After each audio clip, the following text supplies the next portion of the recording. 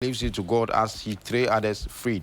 Electoral Commission to arrest fake news. You know, say fake news, no, so a bemo, so a bow. But Electoral Commission is one who you're better. And the mirror see meet the female CEOs vying for 2019 Ghana Business Awards. Crime alert. Watch out for car snatching syndicate in Kumasi. Car snatching syndicate in Kumasi in Kwao. Crying and be on one joker, Ghanaian Times, or say, don't lower standards. President advises new military officers. I know you're page 16. And if no political party can declare election results, Electoral Commission. How political party will declare results? No.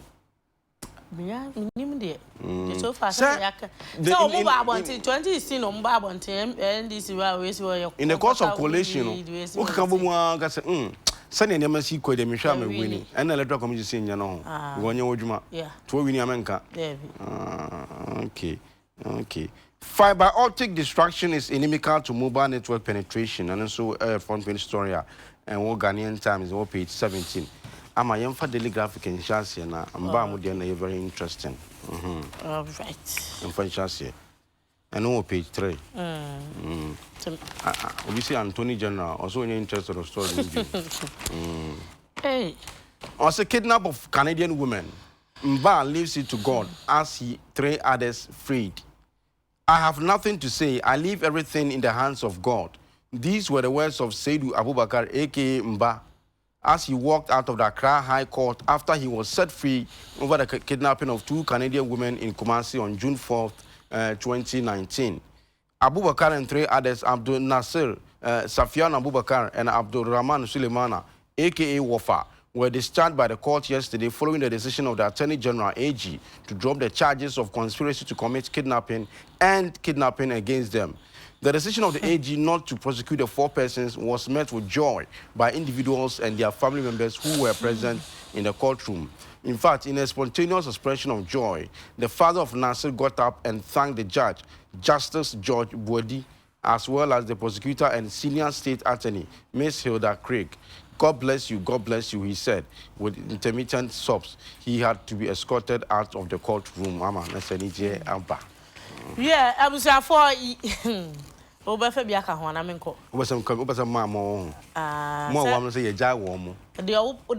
The next story. I was a man story. Okay. Cyberford, I know Ghana see can one of your machine. Cyberford, Ghanaians lose $200 million US in 3 years. Despite the consistent caution and education in cyber fraud, many people are still falling prey to the activities of criminals through the internet, resulting in the loss of millions of US dollars to businesses and individuals in Ghana.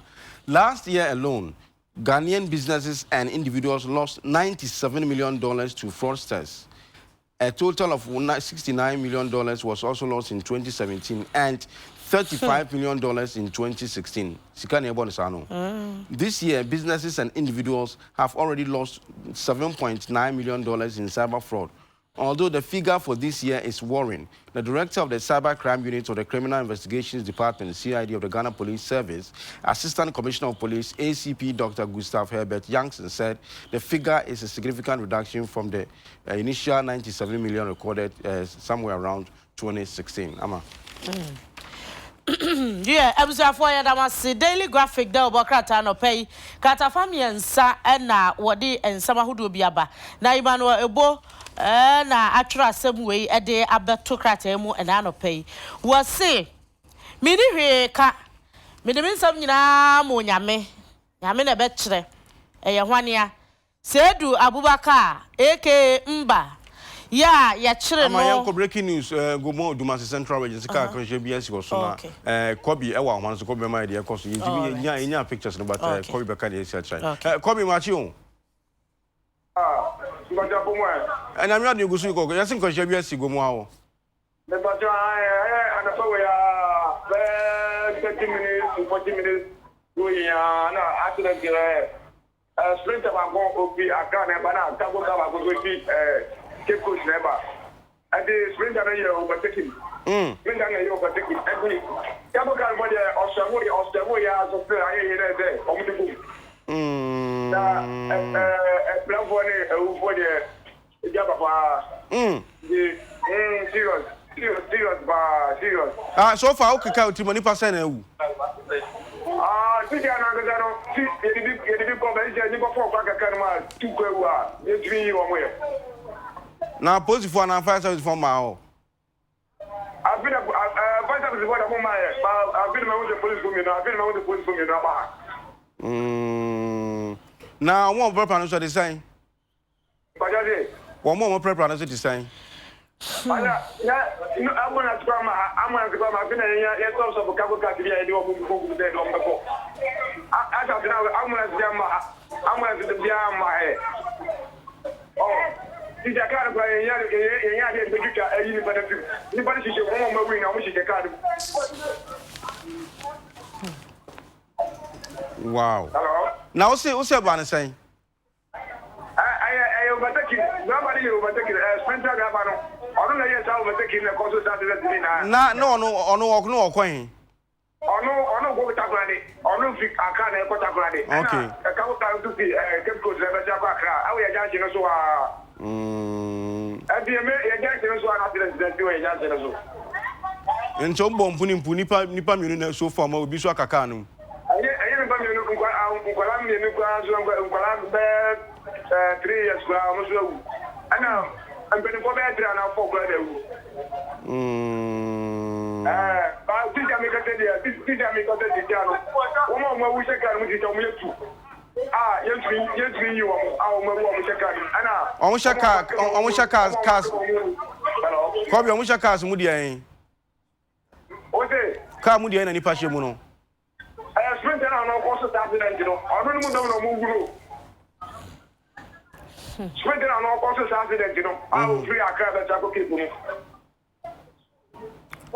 emu passengers na ewu no ote sprint na mu nipa na ewu no yeah sprint na mu nipa na ewu no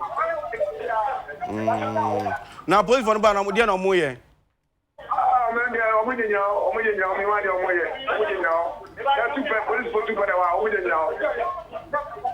Enti obi anya attempt bi ase oyi omo ase bo mo aka ne bi aguka ma ko hospital.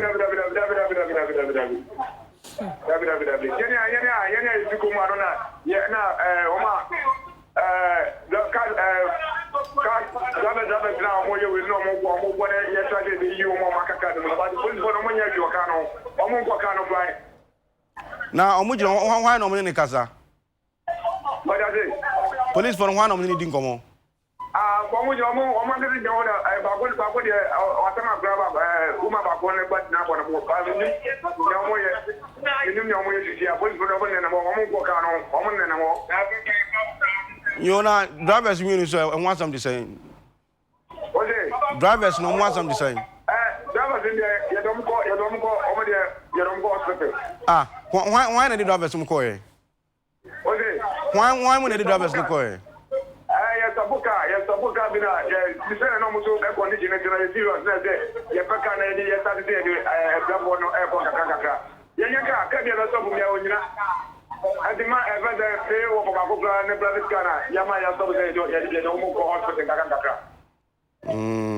and so far what was why yes na mo twa ma fire service for na ba be twaka car ye guzo ye ni be bi ya no car no ye o mu twaka ni ba no buka ni o ma kaka no o da front seat na two no so first seat and the front two and first seat no so two it is omo na makaka two ewu na two so serious omo mo kan mo si ya na ye tuni omo two na ewu ka do okay bia na omo makaka no mo ye 40 ya no mo ka no makama ye tuni omo bia poti be pa na conscience ye bodi na fifa chance for ni be omo tie omo hu na omo ba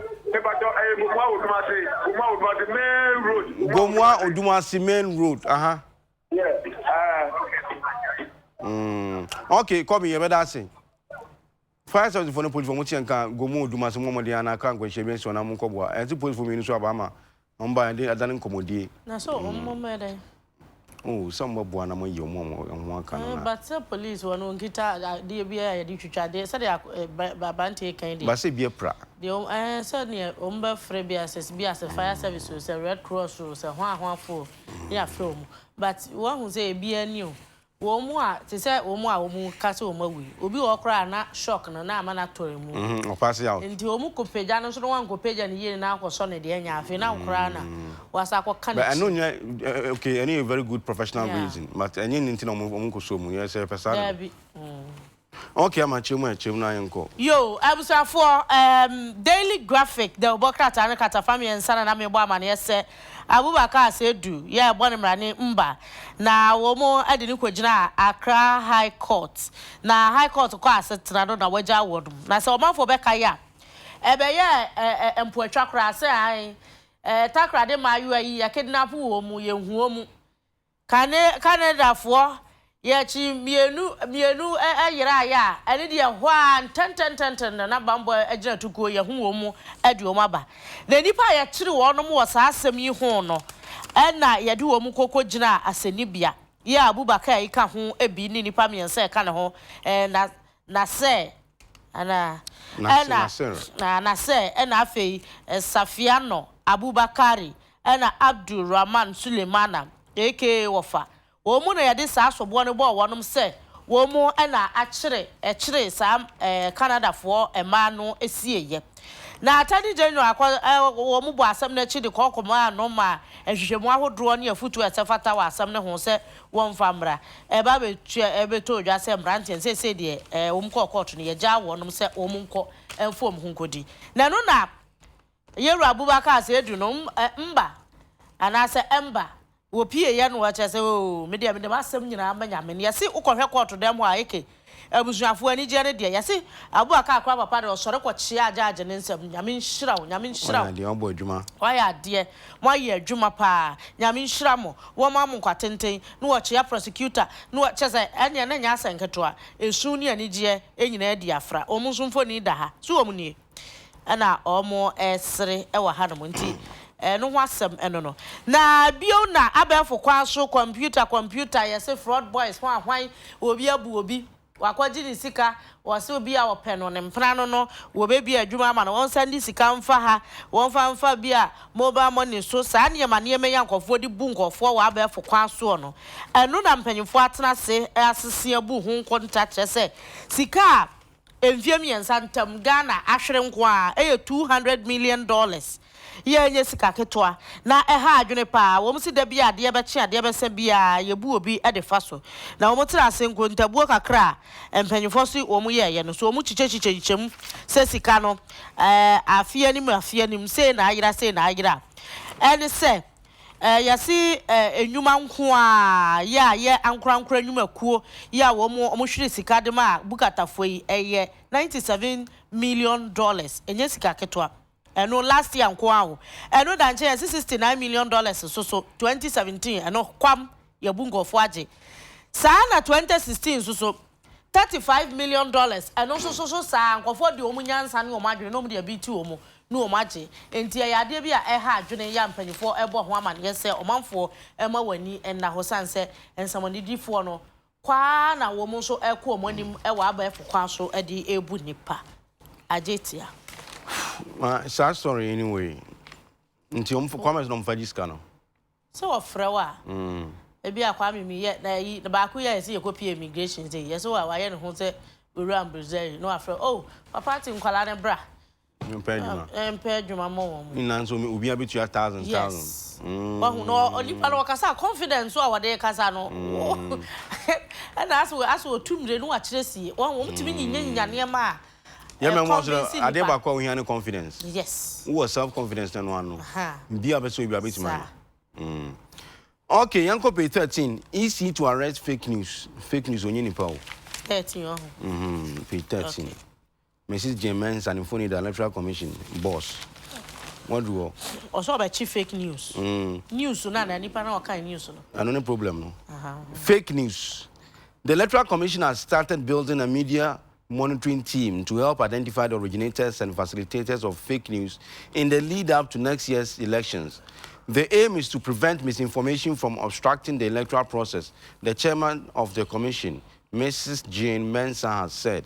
She said a team would be resourced to, among others, monitor the social media space, traditional media, and other channels to identify misinformation and authentic information that would be put out by unscrupulous individuals or organizations about the electoral process to enable the Electoral Commission to respond them promptly. She said fake news is real. The EC receives our share of it, and it is like a baptism of fire. The fake news is often targeted to malign the activities of the Commission, but we have always tried to respond to it, and that is why we want to solidify our communication team to be a step ahead of the originators of the fake news. Hey, number bro. Also, the EC board stated in a panel discussion at the ongoing West Africa Media Excellence Conference and Awards in Accra yesterday. So for Mami J Mensa, Nani Abre Papa, Katafa Dumi and Sawo Daily Graphic Emu. Now, what just Electoral Commission, they are two jack. Nenra ni esi dwumadie bi koso won kraha yeah West African Media Excellence Conference na bra wo oso akasamu mu wakasa no so ye eneniema bi koso ye frɛ bibi fake news wo beti ana asem bia ba betodwa ebi aseye da wo bokrata o so TV radio social media obo nse na agentra ha na egu ni pa ni mu ase na enye ese bi e fa ba bi pe na channel show ye isi enye ye chafa pa na etoda ya na se jesubo e ha adwen pa na so ni nyina nkamfo ano se yate media monitoring team ya wo mu na pa obadwaku a wo mu de ya ne se tie social media tie radio stations tie TV stations chese online radios ni ade no mu tie ni nyina anti wo ya kure hu se wo de asem bi a enya no kre afa Electoral Commission dwumadie ho aba abonte pe na womo etu ho na mo esefata waso womu nya bi pa na womu de ende na nse eba ya na chese womu aba na womu aba kire mu aka no kre na wo ho no na womu ekoye sa de no moni emu aguase enu nti na se womu miam womu yire mu pampe na ne yema nyina akonkan nti enu mu ama ne bo ya isi di aba nti wuti wona wo tro fake news ya pacho no ama wani ada ho na na sanye fake news ya beche na mu nimpo de fake news no be ba ne beche no social media sama de nsama ba wo na de and the money be chinia be ko baby we say me can say some time ago I think about almost in kaya be 10 years ago and that one Manchester as I say also nti obi answer ko gina park so na caption no say park na ya hata na no so as I say and so say go for pie ko say you know unfortunately you know we become victims to those things on say I'm as that now so on kai no so na on kai asanu so ba unya kwan to atlas analyze you asa what you say mu nyina obi for we bisa say dey number so we dwane bi we ha anti sad and ta fine pa okay yanko page 26 vice president wa Dr. Alhaji Mahmoud Bawumia Ghana's vice president we are working to improve health life of prison inmates. The government is what I say Chris no na church story no to Chris na Troy. The government is working to improve the what aboni dimpa. Well your mate on. And our driver. Also the government is working to improve the health and quality of life of inmates in the country's prisons. The Vice President Dr. Mahmoud Bawumia has said. Already, he said 40 medical personnel from Ghana Health Service have been posted to the various prisons in the country, while Ghana Prison Service is also making efforts to recruit more people to boost healthcare in the prisons. Dr. Bawumia was speaking at a graduation ceremony for 140 officer cadets of the Ghana Prison Service in Accra yesterday. The officer cadets have expertise in various professional areas, including agriculture, medicine, procurement, law, and psychology relevant to the operations of the service. Dr. Mahmoud Bawumia said 80% of the inmates at Nsroma medium security prisons had been registered onto the National Health Insurance Scheme, and that soon all prison inmates will be covered by the scheme. He said infirmaries at Ankafo, Nsawam and Koforidua prisons had also been accredited to receive health insurance claims, while plans were in place to extend the accreditation to all prison establishments in the country. And just Saba is working on the side technical. Yeah, I was for Catafedio Nuncia Daily Graphic emu eni. Na mampanyebe de Dr. Mahmoud Bawumia and dia to just say wo mo e ba behwe na yetu ana monson ko ye sefata na aboa maneduafo wono mo apomde ho nsem akoyie na wɔkyerɛ mu a sɛsi ayɛ kasa yi apomden mu adwumayɛfoɔ ye o mo abene wo apomden nsem mu aduanan na ye de wo mo free Ghana Health Service de wo makɔ prisons ahodoɔ ye aye wo sɛ o mo nkodi dwuma mo na apomden ho nsem wo ne duafie entimi enkɔ nkan Dr. Baumia de nsem wei atudwa bra na cadet officers ye wo prison service no emu wo ha aduanan na kyerɛ ya mo wo no teteye wo mbetwa prison abɛboa ma prison fo adwuma akɔso no ɛno no mto nsa frɛ no ɔkɔka sase no wo kyerɛ mu wo kyerɛ sɛ mu dodoɔ no a ebinom wɔ nimdeɛ wɔ kuayɔ mu enuro kyerɛ sɛ mra nipa obi wɔ kora ne akye na tum na adwene wɔ dwendwene kyerɛ sɛ afa ne tim ne nneɛma ahodoɔ bebree ɛwɔ hɔ no mo a saafo yi kadetfo ya mo wo teteye wɔ ho a mo de ɛba bɛboa na no da nkyɛn a wasi eneduafoɔ bɛsɛ 80% na ɛwɔ nsawom ne deɛ sɛ ɔmo nyinaa da apomden si akyi baa no ɛso ya ɔkwa ya asabia ɛnkɔyɛ sɛ afi no wɔkɔtua nkaprɛ ne nsempoa ne kudi bia nti wokɔ a na kyerɛ sɛ wo kaade kura na yɛde ahwɛ na wo ho atɔ ɛno ho asɛm ɛno no na wɔn mu gu so a yɛsɛ yankafo Kofodua prisons ne mea ya aka ne nyina so wɔn nso so wɔn hwɛ na wɔn de yi ato yie sɛ da bɛyɛ asafo ne nyina betumi anya ɔhwɛpa na apɔmden ho nsɛm wɔ enedua fianse ne ate agu nkɔfoɔ so nkrodo so ɛha wɔn yare ahodoɔ no ne nyina atumi abrase nti wei ni asɛm a Dr. Baumia de ato etwa ana nipa ne so dɔɔso ntɔne so na maka wa dwe me kwa de dan no ɔmo dan no ɔmo de dem no I think sɛ ebia sɛ ebrɛ kɔ n'anim yi says in some prison that de na yenim na ebe ya mpanyimfo ensi nipa na donso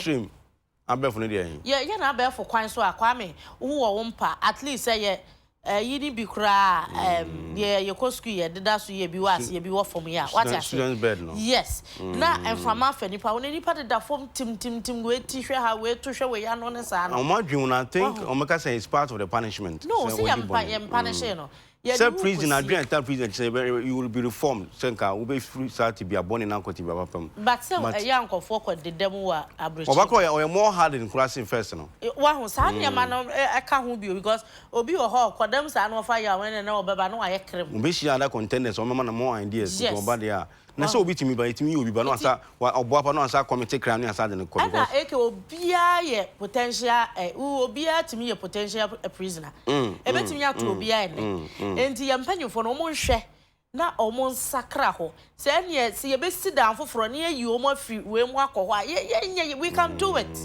what you say fiti kwa me Nsroma abreso ye sinsa one prison besi nami ye eno a ne se danda de ya no da bia so ye chi obi edi obi asem jeli nti wo mu nsisi bi yensi na abefo kwa so no mu ntremu na mframanfa image ne ho ne ye chi ukotuma obi wakwa na oni bone a ye de ato no so na ye de ato no so eno kura bi na mpie ba bi nti na odem na ohunu amane na nkofo mu akwa nkofo owu wa ho Tisi o kama kabetu ndia condition bo hono ande kama kama ni kalipa masha da committee crime akodem and so one say freedom free ones are the fact that who are we new what dream can say we need freedom why we keke wa ho nti nya say ye mo akodia me akọ prison na say o ye kwose wa bra bo dan ba kwa nipa 10 bit more than nipa 50 shem ni ande nyina handle okay yanko Ghanaian Times page 16 Honestly, don't lower standards. President advises new military officers.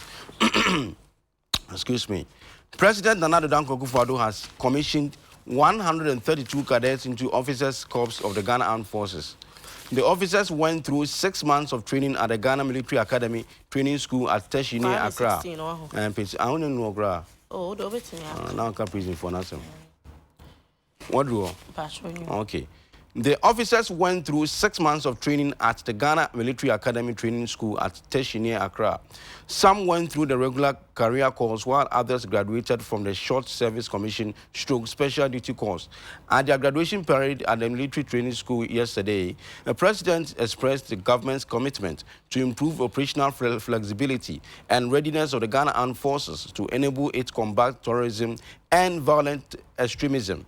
He said a number of interventions had been initiated by the government to address the shortfalls in the logistical state of the Ghana Armed Forces. the government would not relent in its efforts to transform the Ghana Armed Forces into a formidable body, he said at the gathering. The president, who is also the commander-in-chief of the Ghana Armed Forces, said measures were being taken to address the accommodation challenges of the Ghana Armed Forces. He said, through the policy of barracks regeneration, the sword was cut for $100 million military housing project, which includes the reconstruction of the Ghana Military Academy. For cadet for the Yagusu Tetepa, na soldier for Ghana Forces, woman so at TB, Sara, na no, and na say, ye, da woman di Adiache, no Muswabidium, Juma de Abua, or Maya Sir Jumano, Ghana one penny, and I don't quite fado could Jumedia say, na Wajina Passoa, or dinner do some to Jabra, na Sam Rantaquay, or ha Edia Sat me, no, a year. 132 cadets officers ya womoba soldier adwuma mu abeboa ama soldier nimdia wo makwaje no mo so de abeboa na wo mo tunsem ni di ase akromfosam komfortatwi amoa aman to nhya so ani atutrafo wo no dwumadi ahodo wo mu di de bo man no mampanyi gira ya no wo ka che wo mo se mesra mo munyi mo adwuma frenche mamu madi mboni bia ensamfata ema bata mu dwumadi ho na mometi soja adwuma na nimu nyam so eso sanse ye de akwa akodu ba bi enti momaboa mom na nkosoro nyesa mobeti e de aba fom eno da nchen ya de me pesa meka bio ene se aban na montu ahodo ya nipa ni ku ahodo atu e de aba aban animu ni aban so de ya yakekensi animu no ye hwe se akade ni niam bia mu hia didi dwuma ama soja dwuma atimi akonkan na bambo ho nsam gira so e wo memu no ye de gu akwa so ye behwe ni ayi saa osinto ni nyina de free ho de amam eno da nchen so a Ghana Armed Forces, ye pese ye dani ni kura ima eye dwumakuo sonko ye gina na naso brane wo memu hanomo a enya asenketo mampanyin sa kire se wonu akoye panyini sahina woda Ghana Armed Forces ano ne de wo san ehwe esesese wo mu de enhyehyɛ yagu akwa so se ye besisi adan e de ama sojafo no monya ba bia ada esanse barracks wo ma setena mu no enkoyie na sese ye se barracks regeneration eno ho aban si watwa sika botene $100 million ese yemfanye asojafo wonu madan eho nsenka enti eno na beboa ama sese Ghana Military Academy nsuso saa sika ya yetwe yenyesa barracks nkwa ne yesi eno nsuso hyemu bia wo mu benya foforo kra na eho nsenka yetumi akọ enkan yesi project no 192 bedrooms ene wom flat no 640 units 2 bedroom self-contained ene edoso pa afei wo mu epe ne single wo mu epe ne two ni nyina wo mu ahihye ewo mu asede wo pe no wa ho de so se bia kwa me wo yire ne ma untimi ne wo ma nyina na da ba akumti ni nyina wo mu bi nti aban so wo dwe wo mu ho enti wo mu etu anamon na de sefata se wo mu saka e de boban bia eno e ba na sound the catches ni twam yeah na one create bedroom ne you crossbar Kwandan so na be say oda obetimi obese obetimi okay ye call ye Eastern Region Michael Kofi was story bi obese wo de emai ye se crash bi nsu fa ne ya bosu bia fe na bosofo akola keto akola bi no afi na bosofo ye hu no but ye hu na mu ye so enye is better say ye hu na mu no Michael Machion AK 47 no say AK 1000 me jo so ye nia oh bra na boko de nyame adom ho na mfamu de ye aka ne aka me papa dampa so we de kafra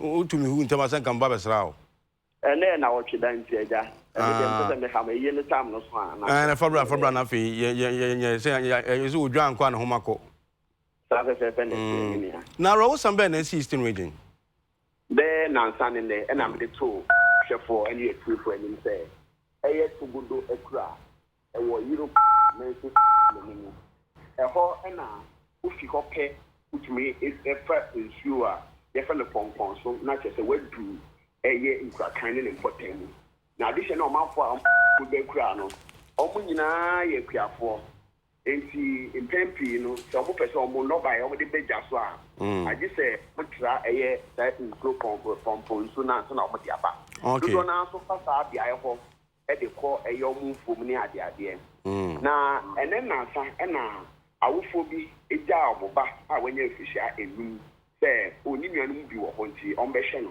na chese anka mo kwafuo mu embra na chese mo di agro we na abofa ni hu say na awofo ne nkwala ewo ekra ho no pempi mo fa bucket na say kapa no access ya ho no makote na abofa no so fa kapa bi e say makote nsu njo ko say nsu na ni na fefo na ni etia Oman Kashi, Coppin said, Nema, Ministry of Pumba, and the Abana was the Abana up in Palano, he did your Muslim say, oh, you saw a fuck up, papa.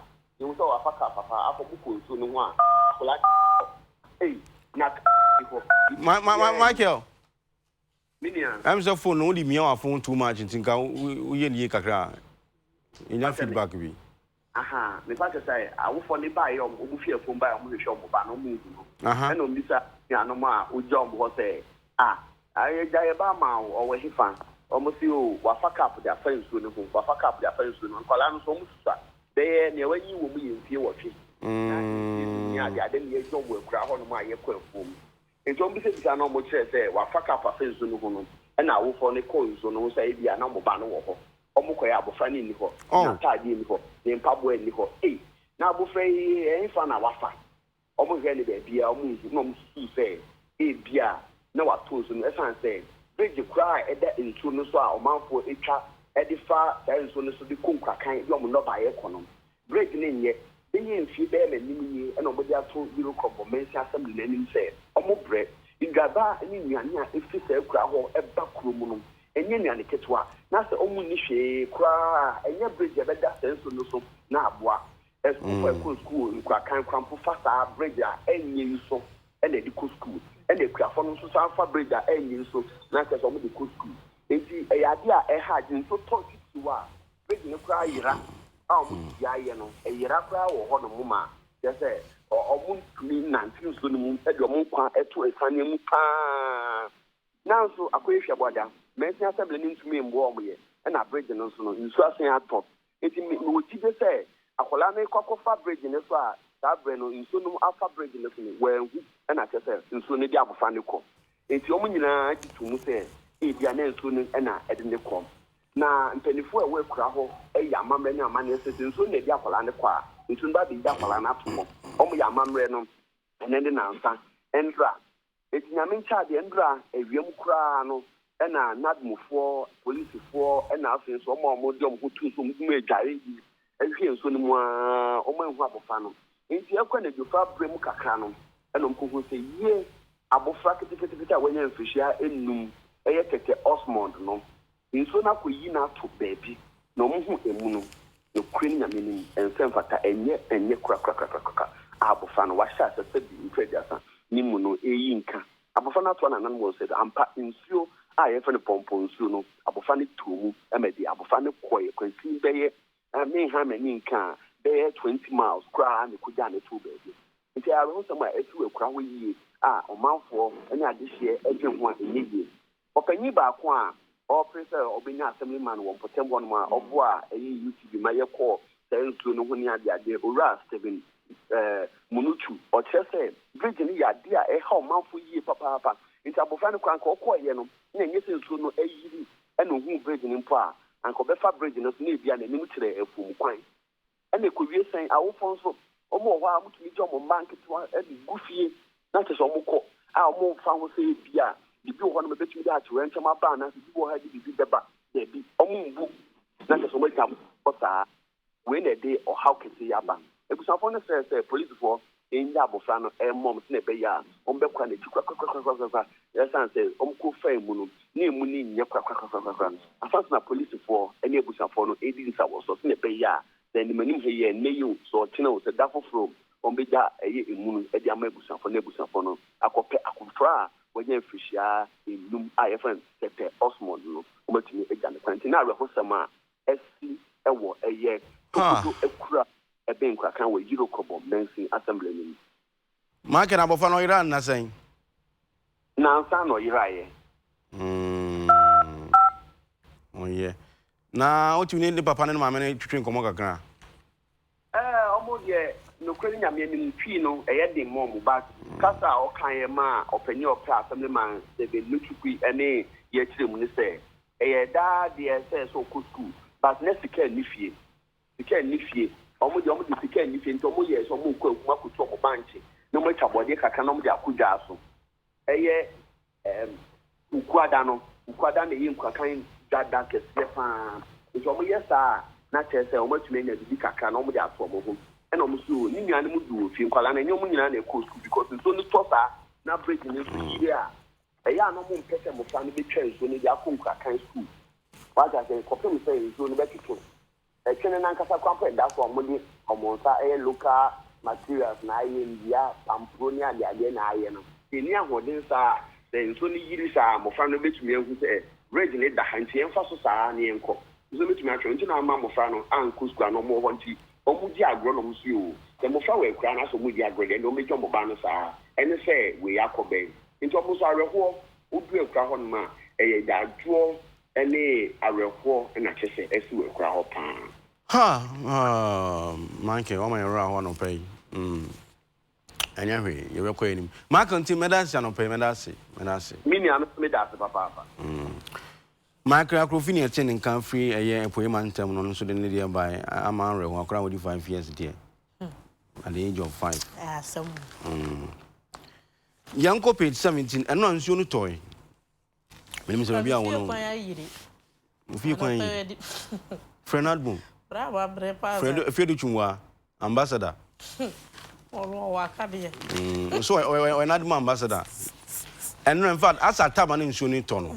Na mobile network bi no ye adwuma mo France ye dum no wa phone mo France ye dum no na story bi e page 17 on say fiber optic distraction is inimical to mobile network penetration penetrating say mobile network penetration will continue to be a challenge unless stringent measures are put in place to curtail the continuous distraction of fiber optic cables of communication companies in the country. Mr. Kenneth Ashigbe, Chief Executive Officer of the Chamber of Telecommunication Companies, has said. He said a persistent cut in fiber optic cables by some unscrupulous individuals and in some cases by state agencies continue to be a rollback for the country's quest to ensure mobile network penetration to all corners of this country. He said fiber optic cuts continue to be one of the challenges hindering penetration in the country. For example, in 2018 alone, there were a total of 300 fiber cuts and the telcos had to spend $4.5 million to fix these fiber cuts. We are in the last quarter of 2019 and already we have recorded the same number of cuts already, he emphasized. We've come too far, say, and they say, we two amana, now for the pickers, never form. Other machines, between the inside and use machines, no. We contractor, instead of penny papa, no per machine or the edge man, no per pickers on the bottom. Every day, Saka can actually come once a year to me because what you try. Sir, one say, yeah, contract, and I said, you mamma, yeah, for sworn. Or where Kianu, charge, and yet the quality of a man half pepper, and I say, we are the brosa, and it is a obeyano, biara, instead of bayan, sick and a becano, dear, I, see drink no home more, say.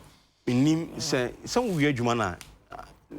Government agencies or private person or the man about to inspect it man say why we are now new now inspecting me sure say inspecting because and no me go far kwan we so adenta in fact last time go far kwan so na emru 1 year adenta emru 1 year portals nko less than 1 year ago because fast no come up and no go far so portals nko na musa say na kwan se kwan no contractor be na ye se si ana akokoroko so ya kro oyi ni yam no aye ni ya unza man contract say nanka which is the best situation ana contractor so ba bonte be ka say o mo ye de adwuma ne mo mu a se bi a first coat no ye 23 o se mu duro no ye 23 nanka o the second coat ni guso a na bi a wa ye no 24 ba politician according to news we about some time ago contractor 23-24 na contract we for abamu ni na ka kire o se masa ye si ye ni sei because I know almost any specification in the yes almost say ye the amount ye and chebe sell be one as I'm in charge ye the amount scan the ori aba no wo ye no 24 be hardwin and you see and say nti wo contract and wo kasa wo de wo pay ko ye nti say wo sika na adik betua to no so be ye ne obo ne pa ne de so ope na ama na next time someone contract from yanko fa ba checking bi enjue kwanya ya yenjue tata so saa yes ye wo engineers na enjue ye kwanya ye checking calculating hu se aha enjue to a beta ha ta cha ebe makota na tutu o de koso ma me nka ma seven abusuafo asamba ko aba kwa me ageti aka ye katafadu nso ye Ghanaian Times na wa chasa pani kwanchefo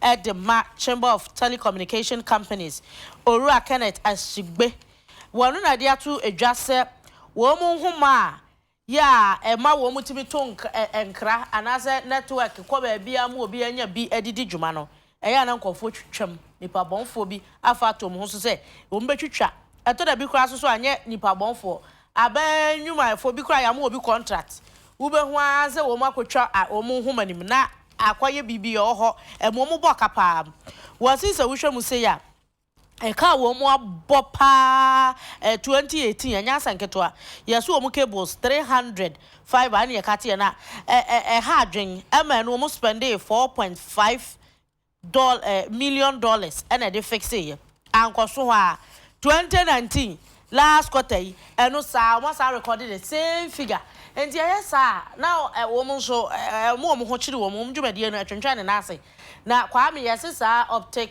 fiber no ahoma wo mo homa yi na cable no light wo mo de tonkra but wo ade either plastic and glass a very thin ena omode powers ni namu ko miamia I say wire na we dey wire kese yes and cable je anti we bi wo wire ni mu a eno na it is a thin glass na power no ene ma yes light rays bi namu na de ko nti mu ka ate a na ma ha adwen na ye ka nyese bi a wo koso wo kan so ani mu je so wo change bibia afoforo nti ye ha wo mu dwumadie wo wie so abeka se network tete ko eye adwuma nti ha adwen okay yanko page 9 of Ghanaian Times okay we'll do one catch him we'll do on see elections of MMDCEs will introduce multi-party local government system.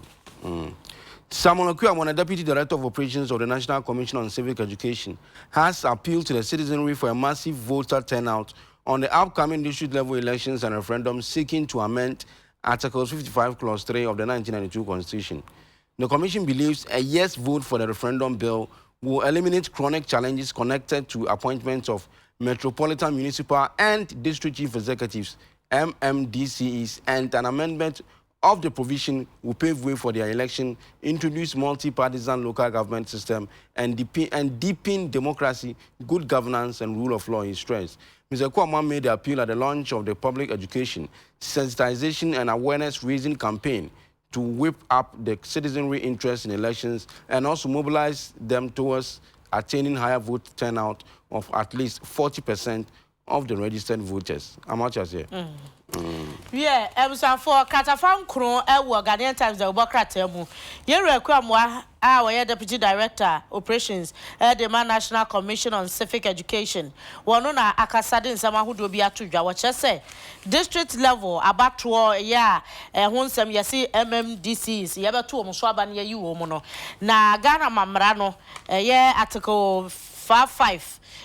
Clause 3 hono yasin sakaye bi 1.4 person mo ye nunti na ye referendum ya say ye beto yento MMDC so aba na ye fan sha aba ne nkwansa ye referendum ya nkofo said ye ka no yi kwakire o madwen no wo se omanfo nkonkoto ne doduo mu enhye fie nhye dem pie ne kokoto na se ye ne sa ebeboa nkonkoye ayi aji aboso ko ba nipa ba akope na wono wote so no wo di dwuma ye de opeda bi na tumi no aba di timamufo nsem afa ebeboa ama obi a atumi asore ye gina sa me kwa akopre asemesi kabi no na tese kwa me ebekọ na nimu pa enu da nkyanya was sign at was Ragana for the Roma. So one quanquo, no one quanquo, say, ampa, Monia Sansa Crayeno, and answer Mamunye, young to MMDC is not so bad, my young to one qua was so quack or 3 years. Men quanquo to know, na a bebois, ama, will be banu or more jumeya when you search na, ya better tiano, and ya bind me a bear appointed no, I can say, me who you are, you crab. My band at the baby and Timmy Yanko and his son, Yamanina, a be few honomonti, a brand swan, or mount Funtran among now one call coach watching. I can't wait to see the realization of this dream. Say, MPP also na DCB, known NDC member. Yeah, but PPP force raising concern be. I think somewhere last week, and almost say, yes, Mamrano. If I'm baby or honoma, say, yet to me to obey you almost see about to abandon you more. If I'm baby or honoma, still I am or mampenny quine, a man is to me nipano. Say, be a way I obey you into any honor so almost see and sacrano. Say about two almost abadia, and any changes are found so. And free mamma, and yes, I SCB for the PPP.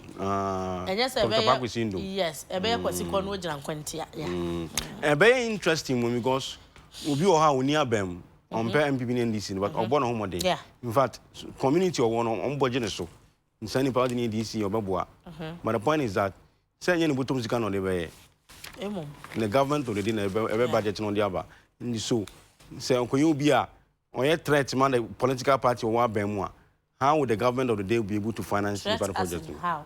Say when you're born home on you say yeah MPP na also na only NDC for na grow. Nti say yes but obey Jumano. No, yeah, the kind of politics we practice and very funny, very interesting. The self factor says so we be obey. But on your party on your party but into one year next time the party back over stand now or go na to one the party about power. Nti very na nti me did make us me transfer bebam na hu se dey shine no because ama partisan politics no e dey TC bibia in fact e boy so kwan bi say in fact obi say kwan do partisan politics say no does say there e man nya so far so nti ye test we ahwe but very very interesting because but the good news is say amama fufu bi ayema afa nti ade na ye dey ntimi ntimi nya man mfa samiti ene bia me party me dom CPP so na MPP won so ma kwa DC wo mikro mu a na say ukra CPP agenda dey akopesi CPP sika na fire development project no okay yem fa the daily guide you story be on page 3 okay sano pay tenancy en kan DC na mi bi asem ti ba kubu ha page 3 Melvin Talu in a true story no o see Ose page 3. Page 3. Katafa to sumiensa. NDC MPP start fresh PDS fight. Some don't fight pa. The issue of whether or not the Power Distribution Services PDS concession agreement should be cancelled by the government has started another fight between the opposition NDC and the ruling NPP. The NDC has been firing in recent times, accusing the NPP's government of trying to loot the assets of the Electricity Company of Ghana through the PDS concession agreement, which it initiated when it was in government. The NPP has also fired back, saying the NDC is being mischievous by deliberately setting the public against them when it knows about the facts of the matter, but is interested in doing propaganda in such a sensitive matter. The NDC claims it has intercepted a document which it says exposes the government to the whole PDS saga and accused the government of giving out ECG assets to a Chinese company, Meridian Power Ventures Limited, which it said was formed barely a year ago. According to the opposition, the intercepted document is a letter addressed to the chairperson of the Millennium Development Authority, MIDA, Professor Ya Ntiamwa Bedu, okay. Bedu. We Bedu near B-I-D-U. Normally Bedu B-I-D-O-O, by the way, D-I-D, okay. Which is directing a secret process to restructure the shareholders of PDS. In the NDC and MPP, one more PDS on. One for winter was into Yanaja account. O2 first Chief Killer reminded. For the third, I know pay 3. And I'll pay 3 to be home. Yeah, okay.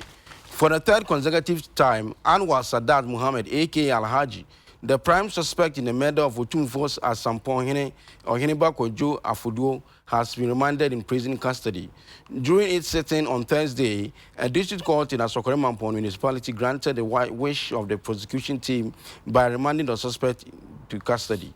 The prosecution team explained that they needed more time to conclude their investigations, and the court, presided over by Portia Moli Anafo Salia, accepted their request by adjourning the case to November 14th, 2019. I was for PDS, once and some year unity, I say, home, contract, and crata, someone necessary cost entry, you know. Near himself, I say, and these Indian people must have started. Omakum, whom you, I am pretty said, I can know I started, you know. And this is just say, Usha Mupadia, MPP, by share as ECG, Japadia, Ediama, Chinese, any Chinese, Yajumeku, Ama, Womo, Afa, Ababe, Digana, so, ya, enye, na ensem fatakra, Eddie Mayens or mine. Now, no MPP for so because I say, Muya Chumrodo, I dear one, I must start ye. Any abani ya tutu honiema and so one damn when in afedie mu whom fuchogun of one it is that the yen paponi enti said your muyan dadanoa womo asaka hosa ebiwa daily guide ediaba now two for some point hene and said the yen nipa bon for because din a wo at a children and sagu na chi ka womu peja tunimu a year or hineba kwajo nana kwajo afodo ya wanya ne baby kronya nyame fa ne kransie ye abantie na ne yesi anopa no a o frifie no ne nam yewura awa Mohammed Sadat ya ye body mra ne se alaji ya che no na kwadubofo kwogina atemu adwamu asoko Mampong district court no na wo mo de to court no nim se wo sre wono mada wo mo ye hwehwemu ansam ne ho na ensi ye entu wo mo sre court no emfa abantia no ma posifo no mfa ne ntwere abankukum kosi se nhwemu asefata wa asem ne ho wo metumi aye ampani ampa judge Portia Moli Anafo Salia eso eje pene ahye se ne mfa ne nko kukumu na November bosomme ayi besimu no ne de toso edunan nhwemu amaye wa asem ne ho mfa mra na afi ye hu ne ka. NDC elects Ashanti region MPs today, and also on page 2. IF Joe Junior and short story. What do we page 2? Daily guide. Whoa. Okay. The opposition NDC will today organize elections in constituencies in Ashanti region to elect parliamentary candidates for the 2020 general election.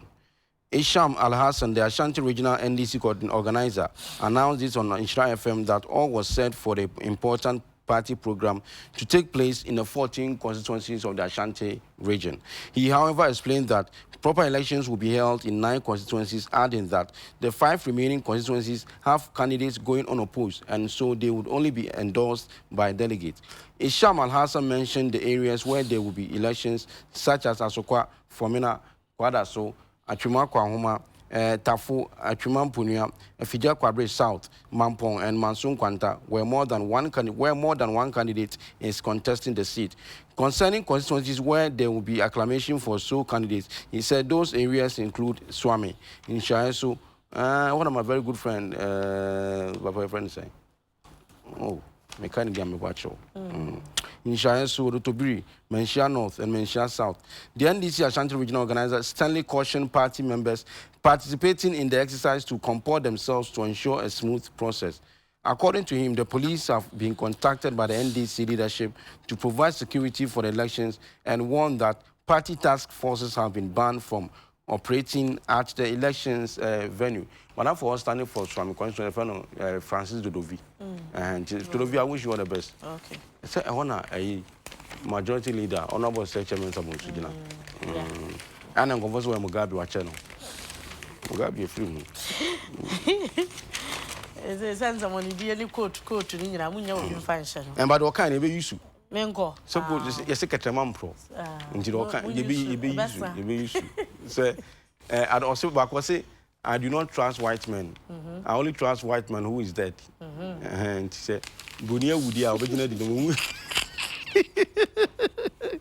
Okay, I want you. As for NDC amanyoko na ne edua yi e wasante mantamu yesi wonom eto aba na wayi parliamentary candidates ya wo mu begina pre afimpim yenu ene na duo no abato a ye bekọ akoto no e de ama NDC Isham Alhassan ye asante mantamu NDC organizer ona di kwato dwa ewo Nsroma FM se hu hia pa se adwumadie yi eba na wosisesi a ye kasa yi mpesua makomako edunan na sa abato yi ebekoso na mpeso edunan no abato no ebekoso no wosan kire mu se abato no ankasa de ebekoso wo miaye enkono ehopa na be ye kase ye to aba miaye na aka na eka ho no constituency num na aka no kwa me yeso wo mu ne de wo mu adwuma wo mu ko on oppose nti no anse ye endorse wo mu keke nti eho no nyese ye abato de niri bia na ekoso afi no bi kwotire cha akohwe mbewini ana mbeluchu ebia eni ho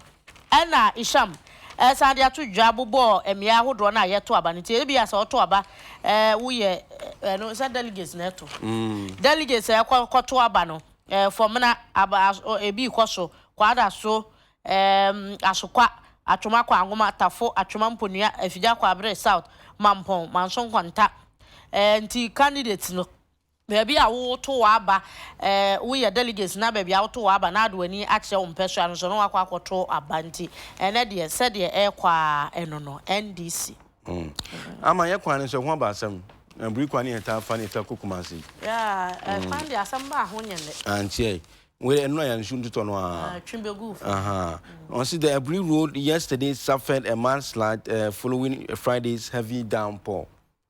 The incident occurred around the Peduasi Lodge and Ayimensa toll booth as landslide from the Abri Hills partially blocked the road to the eastern region from Greater Accra. Deputy Director General of the National Disaster Management Organization, Nadbu Hendru Odiane Afrewomu. Abu Ramadan confirmed that there was a landslide along the Abri Road. He said debris collection had, however, started. Landslide occurred as Ghana is trying to come to terms with recent floods in the Upper East region, which has reportedly caused the death of some 17 persons. 17. But that was Thursday, or Nipa 28, and a film. Upper East Diano. As some say, here, I can reported cases. Also, 28. Yes. Now, Mr. Foya, the Anichra Brianna UTV Cassia Bomu, ye ma moshe, ya na a bri, ebe pono, Sensiono, and October, June, July, ya Yabrami. And ye el bunnet, Tiani, a people one, wabe when him say pine. Woman free.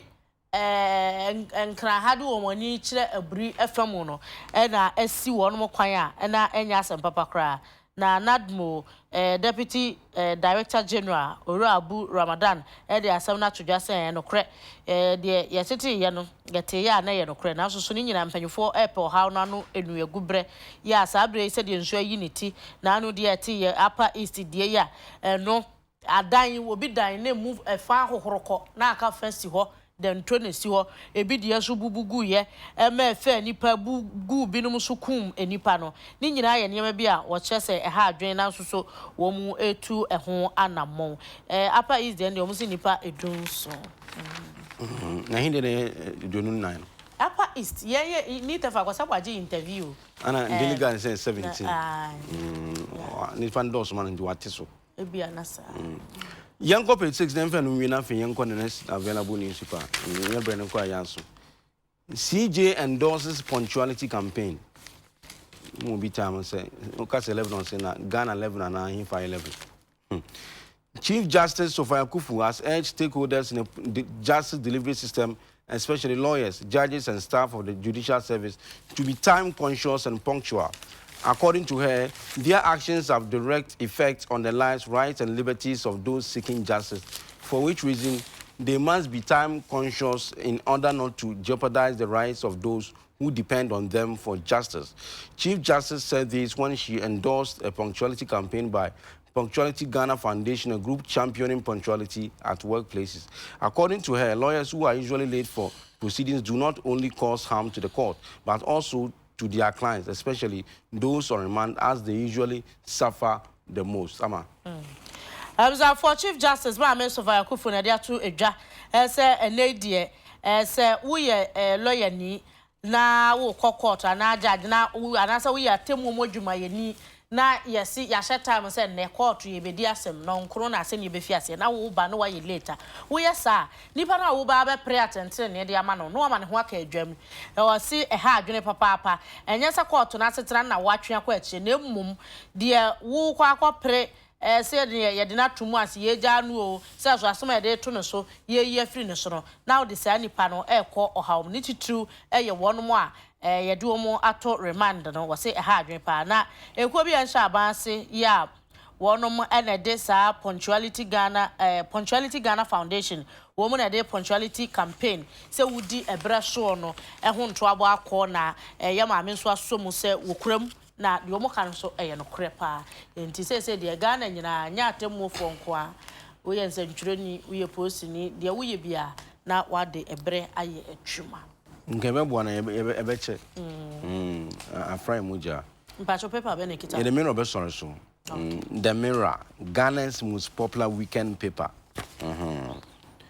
Front page story say crime alert, watch out for car snatching syndicate in Kumasi.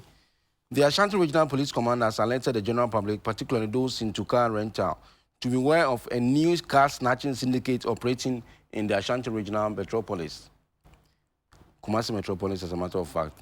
According to the police, this syndicate has adopted a new strategy and usually targets four-wheel drivers and vehicles from car rental companies. The Ashanti Regional Police Commander, Commissioner of Police, Kwesi Mensah-Duku, who revealed this, said the modus operandi of the syndicate was codenamed Agome. Ashanti Regional said he said by their information, members usually went to Accra, Tema, or Takrady and rented either Toyota Prado or pickup and asked to be driven to Kumasi.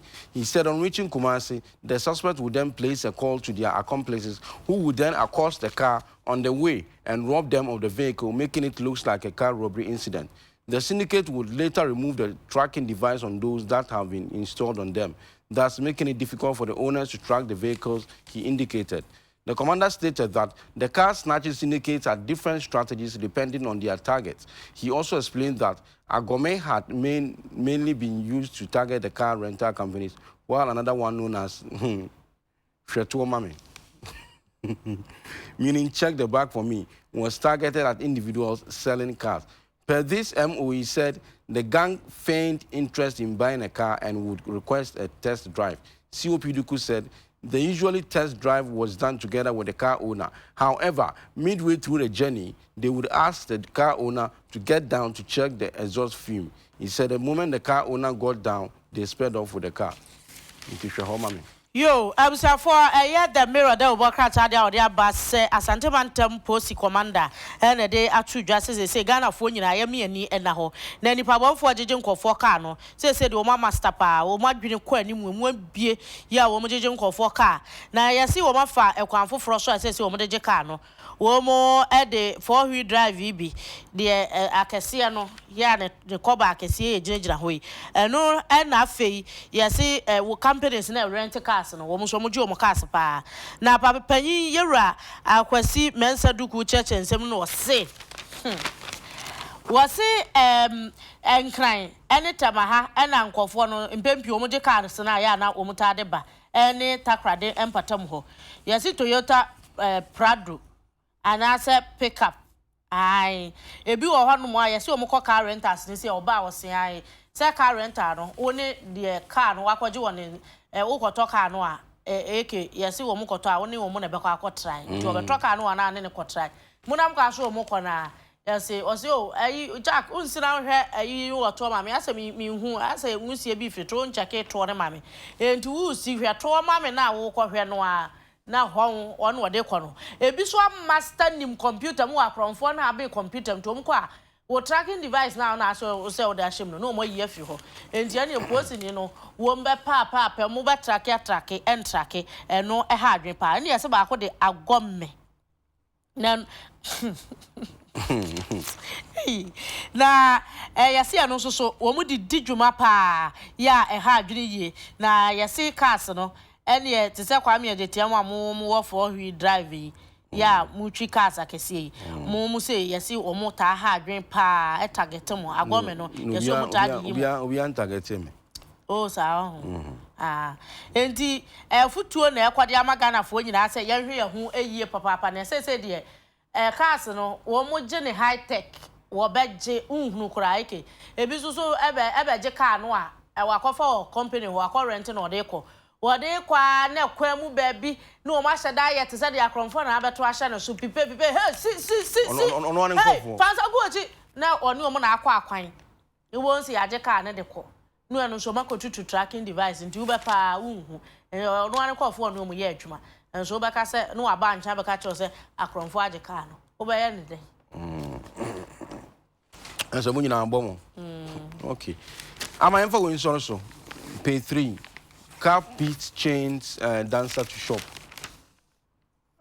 IGP obo adwuma we ya no we wedi because na fi na nhwehwemu IGP orders service inquiry into the case. A police officer who beat and handcuffed a model and dancer against a shop in Accra about 2 years ago is now facing a service inquiry. I didn't know.